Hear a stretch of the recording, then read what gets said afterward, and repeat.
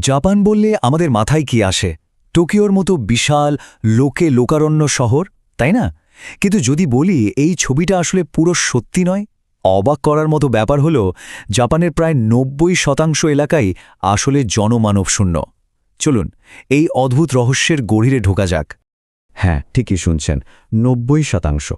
মানে জাপানের মোট যে ভূখণ্ড তার ১০ ভাগের ৯ ভাগেই আসলে কেউ থাকে না, পুরো ফাঁকা। তো প্রশ্নটা এখানেই আসে, যে দেশটাকে আমরা এত ঘনবসতিপূর্ণ বলে জানি, সেই দেশটা আসলে এতটা খালি কেন? আজকের এই পর্বে আমরা ঠিক এই রহস্যটাই ভেদ করব। এর পেছনের ভূগোল, অর্থনীতি আর মানুষের গল্পটা খুঁজে বের করব। তো এই রহস্যের প্রথম সূত্রটা কোথায় লুকিয়ে আছে? সেটা হলো জাপানের ভূখণ্ডেই। চলুন দেশের ভূপ্রকৃতিটা একবার দেখে নেই। জাপান তো আসলে একটা দেশ না, এটা একটা বিশাল দ্বীপপুঞ্জ। গুনে গুনে বললে ১৪,১২৬টা দ্বীপ নিয়ে তৈরি। ভাবা যায়? কিন্তু এই যে ১৪,০০০-এর বেশি দ্বীপ, তার মধ্যে মানুষ থাকে মাত্র ২৬০টাতে। বাকি সবগুলো একেবারে জনমানবহীন, যেন ভুতুরে দ্বীপের সারি। এই চারটা দেখলেই ব্যাপারটা আরও পরিষ্কার হয়ে যাবে। জাপানের প্রায় ৭৩% এলাকাই হল পাহাড়ি, মানে দেশের ৩/৪ পাহাড়। ফলে সেখানে শহর বানানো, রাস্তাঘাট তৈরি করা যে কি পরিমাণ কঠিন তা তো বোঝাই যাচ্ছে। আর ঠিক এই কারণেই জাপানের ৮৩% মানুষ, মানে প্রায় ১০ কোটিরও বেশি লোক বাস করে মাত্র একটাই দ্বীপে, আর সেটা হল হনশু।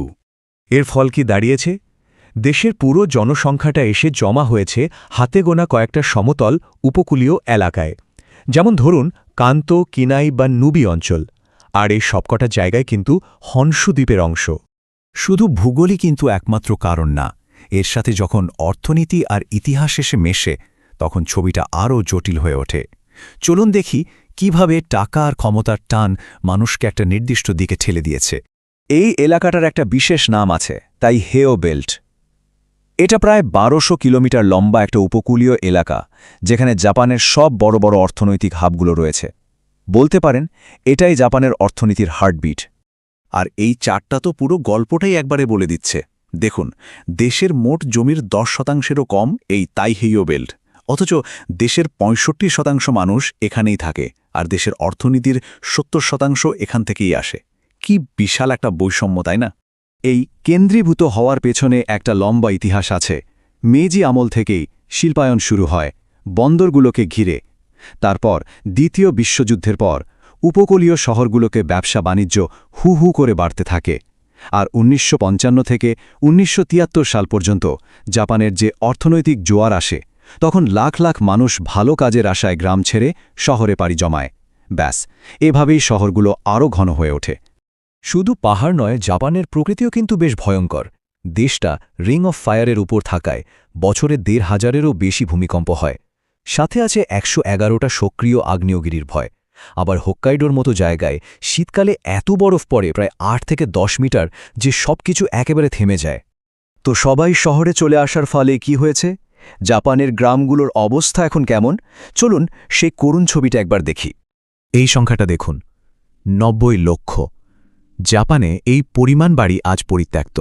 এগুলোকে বলা হয় আখিয়া। পুরো দেশ জুড়ে লক্ষ লক্ষ বাড়ি খালি পড়ে আছে, যেন এক ভুতুরের নিস্তব্ধতা গ্রাস করেছে। আরেকটা মন খারাপ করার সত্যি হল, বাচ্চা নেই। ছাত্রছাত্রীর অভাবে প্রতি বছর প্রায় ৪৫০ স্কুল বন্ধ করে দিতে হচ্ছে। একাকিত্ব যে কি পর্যায়ে পৌঁছেছে তার একটা অদ্ভুত উদাহরণ হলো এটা।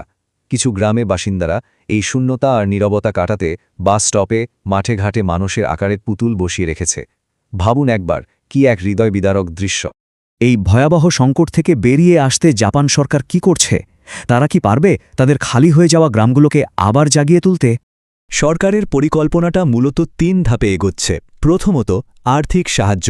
টোকিওর মতো বড় শহর ছেড়ে গ্রামে যেতে চাইলে পরিবার পিছু প্রায় ১০ লক্ষ ইয়েন দেওয়া হচ্ছে। দ্বিতীয়ত, আকিয়া ব্যাংক, মানে পরিত্যক্ত বাড়িগুলো খুব সস্তায় বা এমনকি বিনামূল্যে দিয়ে দেওয়া হচ্ছে। আর তৃতীয়ত, ডিজিটাল নোম্যাড ভিসা চালু করা হয়েছে, যাতে বিদেশ থেকে মানুষ এসে জাপানের গ্রামগুলোতে থেকে কাজ করতে পারে। কিন্তু একটা বড় প্রশ্ন কিন্তু থেকেই যাচ্ছে, শুধু টাকা দিলেই কি মানুষ গ্রামে থেকে যাবে?